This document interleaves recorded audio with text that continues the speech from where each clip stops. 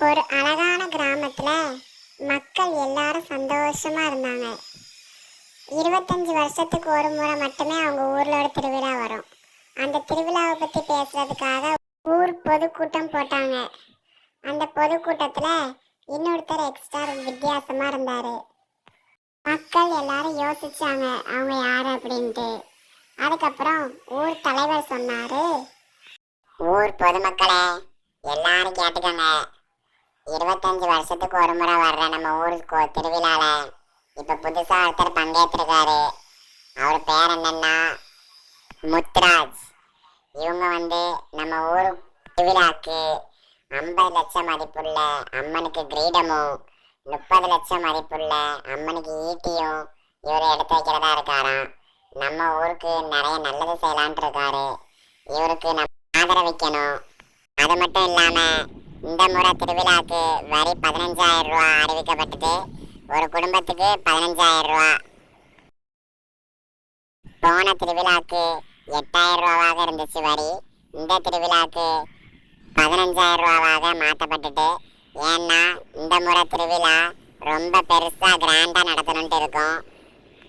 தயவு செஞ்சு எங்களுக்கு ஒத்துழைப்பு செய்யுங்க. உங்களால முடிஞ்சது 10,000மோ 15,000மோ தந்து உதவுங்க. ஏன்னா இது நம்ம ஐநூற்றி நங்கையம்மன் கோவில் திருவிழா. அதனால நல்லபடியாக சிறப்பாக நடைபெறும். இன்னும் 2 நாட்களில் திருவிழா ஆரம்பம் அப்படின்னு ஊர் தலைவர் சொல்லி முடிச்சிட்டாரு. மக்கள் எல்லாரும் கொஞ்சம் யோசிச்சாங்க. இப்படியே இருக்கும்போது அதே கிராமத்தை சேர்ந்த விமலும் விமலாவும் கணவன் மனைவி. ஊர் கூட்டம் நடந்த அன்னைக்கு விமலா விமலிடம் சொன்னாள், என்னங்க, இந்த முறை திருவிழாக்கு வரி 15,000 ரூபா போட்டிருக்காங்க. நம்ம 15,000 ரூபா எப்படி எடுப்போம்னே தெரில. நீங்களும் தினமும் வேலை இல்லைன்னு வீட்டுக்கு திரும்ப வந்துடுறீங்க. இப்படியே இருந்துச்சுன்னா 15,000 ரூபா நம்ம எப்படி கொடுக்க போகிறோன்னு தெரில. போன முறையாவது ஒரு 8,000 ரூபா போட்டாங்க. அதே இப்போ எப்படியாவது பார்த்து கொடுத்துட்டோம். இந்த தடவை எப்படி கொடுக்க போகிறோன்னு தெரில. கவலைப்படாதடி, இந்த தடவை எப்படியாவது நம்ம கொடுத்துடலாம். 15,000 ரூபா தானே, பார்த்து கொடுத்துடலாம். ஆனா இந்த தடவை நம்ம கோயிலுக்கு ஒருத்தர் வித்தியாசமா வந்தாரு பாத்தியா? அவர் மேல எனக்கு சந்தேகமாவே இருக்கு. கூட்டத்துல ஒரு மாதிரி திருன்னு முழிச்சாரு. எனக்கு அப்பவே கூட்டத்துல கேட்கலான்னு பார்த்தேன். தலைவர் பார்க்குற ஊர் மக்கள் எல்லாரும் இருந்தோன்னா நான் என்னால கேட்க முடியல. நீ பாத்தியா அவரை? ரொம்ப விசித்திரமான ஆளா இருந்தாரு அப்படின்னு விமல் சொன்னான். என்னங்க, உங்கள் மண்டையில் மூளை கீழே ஏதாவது இருக்கா? அவர் நம்ம ஊருக்கு நல்லது செய்ய வந்திருக்காருங்க. நீங்கள் அவரு மேலே போய் சந்தேகப்படுறீங்க. அம்மனுக்கு 50 லட்சமும் 30 லட்சமும் மதிப்புள்ள ஈட்டியும் சூளமும் வாங்கி வைக்கின்னு இருக்காரு. நீங்கள் அவர் மேலே எப்படி சந்தேகப்படுறீங்களே? சந்தேகம்னு இல்லடி, அவர் முகத்தை பார்த்தா ஒரு மாதிரி விசித்திரமான ஆளா இருந்தாரு. எனக்கு என்னமோ அவரை பார்த்தா தப்பா தருது. நம்ம ஊருக்கு ஏதோ ஒரு ஆபத்து வரப்போகுது. என்னங்க, ஊருக்கு ஆபத்து வீட்டுக்கு ஆபத்துன்னு சொல்லி ஊர் பிரச்சனையில் நீங்கள் மூக்கு நுழைக்காதீங்க. அவர் நம்ம ஊருக்கு நல்லது செய்ய தான் வந்திருக்காரு. நீங்கள் அவர் மேலே சந்தேகப்படாதீங்க. கிந்தேகன்ட்டு ஏதாவது பிரச்சனை பண்ணிட்டு இருக்காதீங்க. அதுக்கு எதுலையாவது பிரச்சனையில் மாட்டிக்கிடுவீங்க. பார்த்துக்குங்க, நான் சொல்ல வேண்டியது சொல்லிட்டேன். இப்படி விமலா விமல்கிட்ட சொல்லி முடிச்சிட்டா. விமல் ரொம்ப நேரம் யோசிச்சான். இப்படியே நாட்களும் கடந்தது. திருவிழாக்கும் ஊர்லக்காரங்க எல்லாரும் ரெடி ஆயிட்டாங்க. திருவிழாவும் வந்துச்சு. எல்லாரும் வரி பணத்தை கொடுக்கணும்ட்டு கையில வரியோட நின்றுட்டு இருந்தாங்க. ஆனா விமல் மட்டும் இன்னும் வரல. எல்லாரும் விமலுக்காக வெயிட் பண்ணிட்டு இருந்தாங்க. ரொம்ப நேரம் ஆனதுனால ஊர் தலைவர் சொன்னாரு, ஊர் மக்களே, நேரம் ஆயிடுச்சு. திருவிழா நடக்க வேண்டிய நேரமும் வந்துட்டு. விமல் லேட்டா வந்தாலும் வரட்டும். இப்ப எல்லாரும் வரி பணத்தை தர வேண்டிய நேரம் வந்துட்டு. எல்லாரும் வரி பணத்தை நம்ம முத்துராஜ் சார்கிட்ட கொடுத்துருங்க அப்படின்னு ஊர் தலைவர் சொன்னாரு.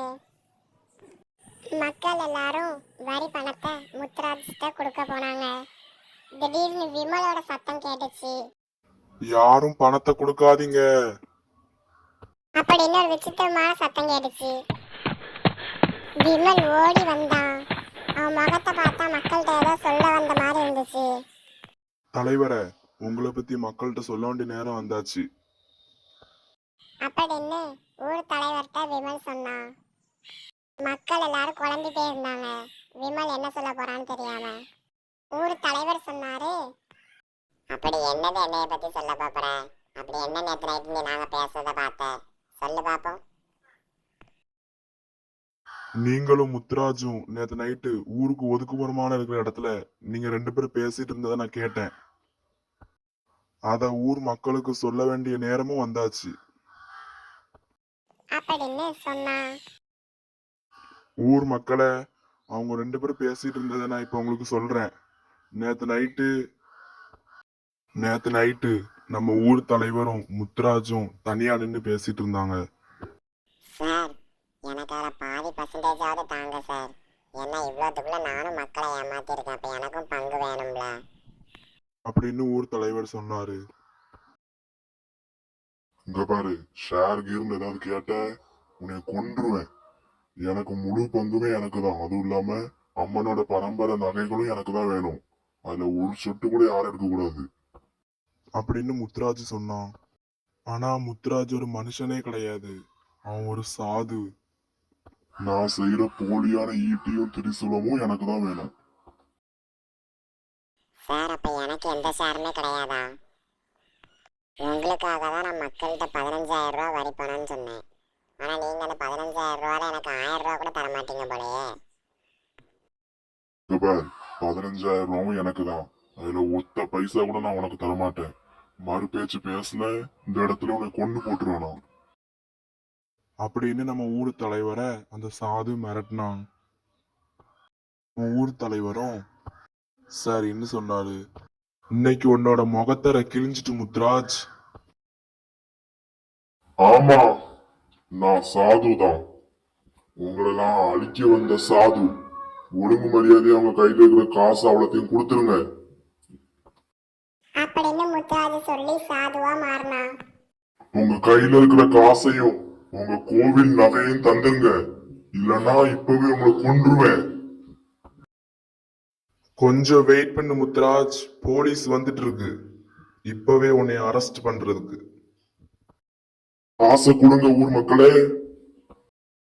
அடுத்த கொஞ்ச நேரத்திலேயே போலீஸ் வந்து அந்த சாதுவையும் ஊர் தலைவரையும் பிடிச்சிட்டு போயிட்டாங்க. அதுக்கப்புறம் ஊர் சந்தோஷமா இருந்துச்சு. ஊரோட அடுத்த தலைவரா விமலையே போட்டுட்டாங்க. ஏன்னா அவனோட நல்ல மனசுக்கு அவன் தான் தலைவர்னு சொல்லி ஊர் மக்கள் அறிவிச்சிட்டாங்க. அதுக்கப்புறம் விமலும் அவங்களோட மனைவியும் சந்தோஷமா வாழ்ந்தாங்க.